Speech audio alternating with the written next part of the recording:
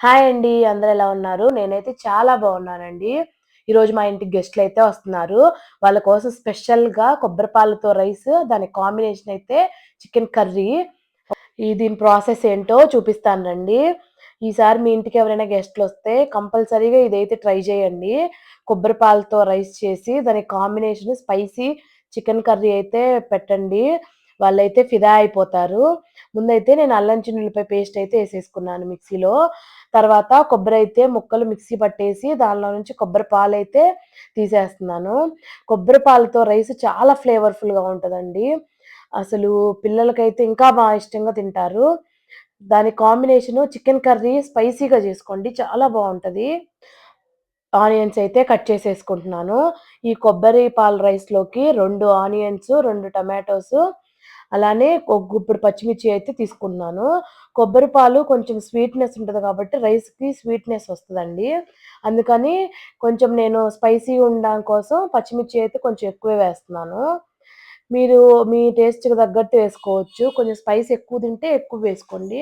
మా హస్బెండ్‌కైతే chicken curry అయితే స్పైసీగా ఉంటే చాలా ఇష్టమండి. కానీ నేను స్పైసీ తింటాను. కానీ అంత స్పైసీ అయితే తినలేను. తనకి చాలా స్పైసీగా ఉండాలండి కర్రీ ఏదైనా గూడా. రైస్ కుక్కర్ గిన్నె అయితే పెట్టేసుకున్నాను. కొబ్బరి పాల రైస్ చేయడానికి. నా దగ్గర నెయ్యుందండి. నేనైతే నెయ్యి యూజ్ చేస్తున్నాను. ఆయిల్ అయినా వేసుకోవచ్చు. బానే ఉంటది ఆయిల్ గూడా. మన దగ్గర ఏది అవైలబుల్‌గా ఉంటే అది వేసుకోండి. నెయ్యుంటే కొంచెం టేస్ట్ ఇంకొంచెం బావుంటది. ఇంక మసాలా దినుసులన్నీ అయితే నెయ్యిలో వేసేస్తున్నాను. మీలో ఎంతమందికి చికెన్ కర్రీ అంటే ఇష్టమండి? కామెంట్ చేయండి. మా హస్బెండ్‌కి, మాకైతే చికెన్ కర్రీ అంటే ప్రాణమండి. ఎవ్రీ వీక్ సండే వచ్చిందంటే చికెన్ అయితే చేసేసుకుంటాం.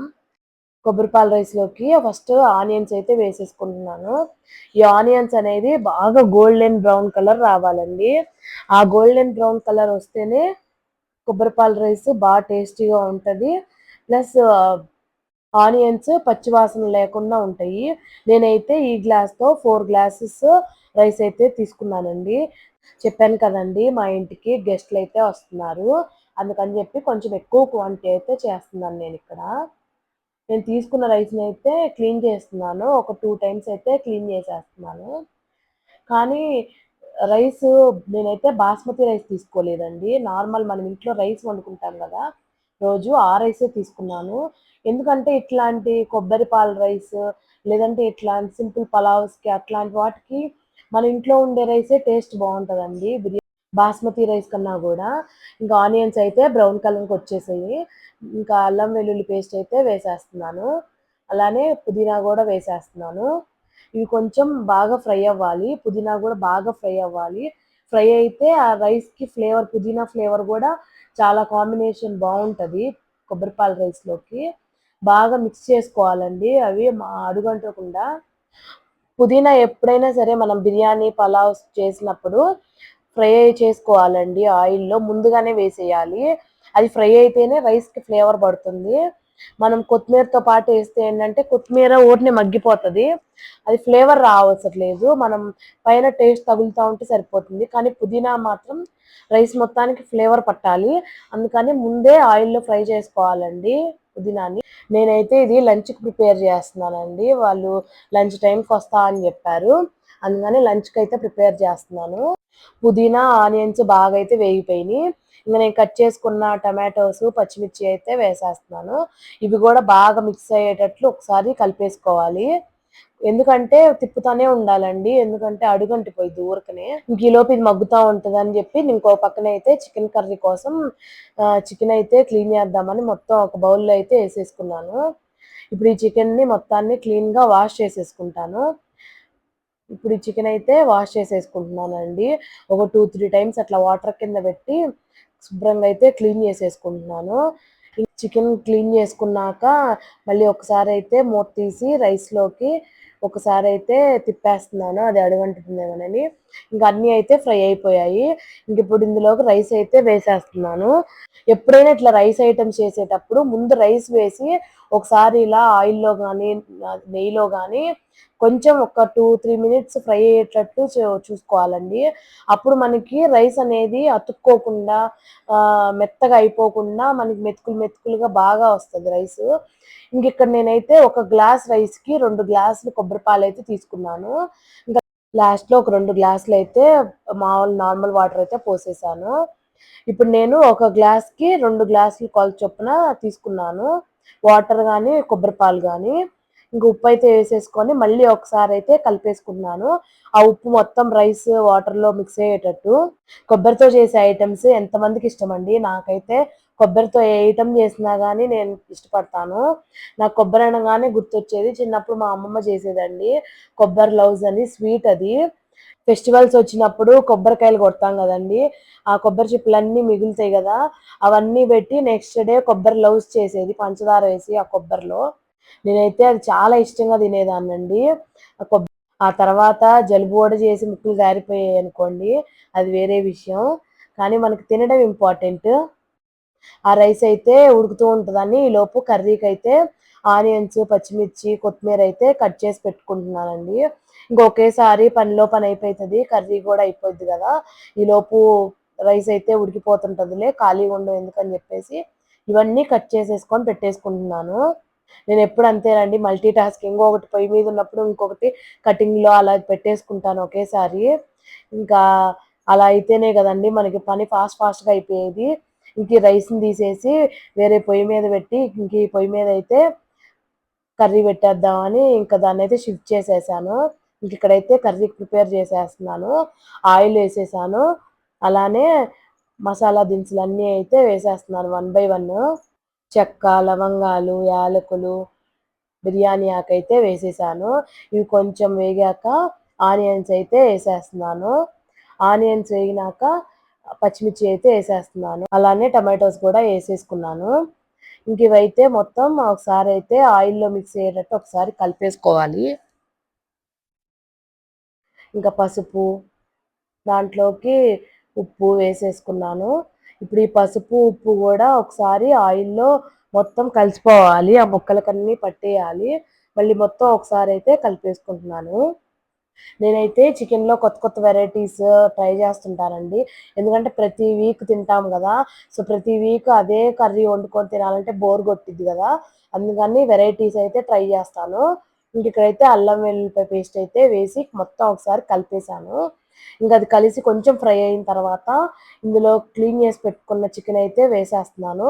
నేనైతే 1 కేజీ చికెన్ తీసుకున్నానండి. జనరల్‌గా అయితే మేము అంత తెచ్చుకోము. మాకు ఒక హాఫ్ కేజీ అయితే సరిపోతుంది.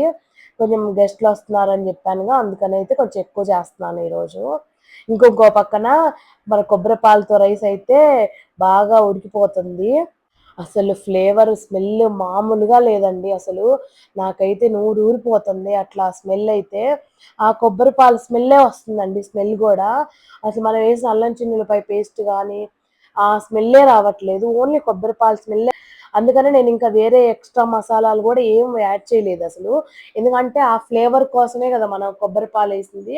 సో, ఆ ఫ్లేవర్ అంతా మిస్ అయిపోతాం. వేరే మసాలాలు అవి ఎక్కువైపోతే అసలు ఆ ఫ్లేవర్ ఉండదు. అది తినలేము. మామూలు మన రెగ్యులర్ పలావ్ లాగా అట్లా ఉంటది. అందుకని నేనసలు అవేమి వేయకుండా ప్లెయిన్ ఓన్లీ కొబ్బరి పాలతోనే రైస్ చేసేసాను. ఈ కాంబినేషన్ అయితే ఒక్కసారి ట్రై చేయండండి. నిజంగా అసలు ఎక్సలెంట్‌గా ఉంటది. మీ ఇంటికి ఎవరైనా గెస్ట్‌లు గానీ, రిలేటివ్స్ కానీ, లేకపోతే సండేస్ కానీ, అట్లా మీరు రెగ్యులర్ చికెన్ బిర్యానీలు, పలావులు అలా గాకుండా, ఇలా మన ఇంట్లో ఎక్కువ కొబ్బరి చిప్పలు మిగిలిపోయినా గానీ, అలాంటప్పుడు కొబ్బరి పాలు తీసి ఇట్లా మాత్రం రైస్ ఒక్కసారి ట్రై చేయండండి. ఒక్కసారి మీరు ట్రై చేస్తే గనక దాని టేస్ట్ చూస్తే మీరు అసలు వదిలిపెట్టరండి. ఇంక చికెన్ కర్రీ అయితే నేను ఇంకొకసారి తిప్పేసుకొని కర్రీకి సరిపోయినంత కారం అయితే వేసేసుకుంటున్నాను. చెప్పాను గదండీ! మా హస్బెండ్ కొంచెం స్పైసీ ఎక్కువగా తింటారని, అందుకని నేను కారం అయితే కొంచెం ఎక్కువే వేస్తున్నాను. అందులో కొబ్బరి పాలు గదా! అందులో అసలింకా స్పైసీనెస్ ఉండదు. కొంచెం స్వీట్‌నెస్ ఉంటది కాబట్టి ఇంకా కొంచెం ఎక్స్‌ట్రానే వేశాను. రెగ్యులర్ ఏసేదానికన్నా. ఇంకిక్కడైతే కొబ్బరి పేస్ట్ అయితే వేసేసుకుంటున్నానండి. మొత్తం ఒకసారయితే కలిపేసుకుంటున్నాను. బాగా అది కొబ్బరి పేస్ట్, కారము మొత్తం ముక్కలకు పట్టాలి. కొంచెం అయితే వాటర్ ఏసేసుకున్నాను. ఎందుకంటే ముక్క ఉడకాలి. ప్లస్ కొంచెం గ్రేవీ కర్రీ గాబట్టి మరీ గట్టిగా ముక్కలు ముక్కలుగా ఉంటే బాగుండదని చెప్పి కొంచెం వాటర్ అయితే వేసేసుకున్నాను. జనరల్‌గా అయితే అసలు వాటర్ వేయను నేను చికెన్ కర్రీలోకి విడిగా. ఎందుకంటే ఆ చికెన్‌లో వచ్చే వాటర్‌తోనే ఉడికిపోతుంది. కానీ ఈరోజు కొంచెం గ్రేవీ ఎక్కువ కావాలని చెప్పి నేనైతే కొంచెం వాటర్ అయితే వేసేసుకున్నాను. ఆ గ్రేవీ ఉంటేనే మనకి ఈ రైస్‌లోకి కలుపుకొని తింటే ఆ ఫ్లేవర్ తెలుస్తది బాగా. ఇక్కడైతే మసాలా పౌడర్ అయితే వేసేసుకున్నాను. చికెన్ మసాలా అండి. నేను ఈ మసాలా పొడి, ధనియాల పొడి, జీలకర్ర పొడి ఇలాంటివైతే మొత్తం ఒకేసారి వేయించేసి గాజు సీసాల్లో పెట్టేసుకుంటానండి. గుమగుమలాడే చికెన్ కర్రీ అయితే రెడీ అయిపోయింది. అసలు స్మెల్ మామూలుగా రావట్లేదండి. ఎప్పుడెప్పుడు తిందామా అనిపిస్తుంది నాకైతే. నాకు తెలుసండి మీరు చూసే వాళ్ళకి గూడా అలానే అనిపిస్తుందనుకుంటా గదా! ఇంకిక్కడ కొబ్బరి పాలతో రైస్ అయితే రెడీ అయిపోయింది. ఒక్కసారైతే చూసేయండి. ఈ రెండిటి కాంబినేషన్ ఎలా ఉంటదో ఒక్కసారి ట్రై చేయండి డెఫినెట్‌గా. ట్రై చేసి మనకి కామెంట్ సెక్షన్‌లో కామెంట్ చేయండి. మీకెలా వచ్చిందో కర్రీ. నాకైతే రైస్ పర్ఫెక్ట్‌గా కుక్ అయిందండి. మెతుకు మెతుకు అంటుకోకుండా అసలు పర్ఫెక్ట్‌గా కుక్ అయింది. చికెన్ కర్రీ గూడా అసలు మామూలుగా రాలేదండి.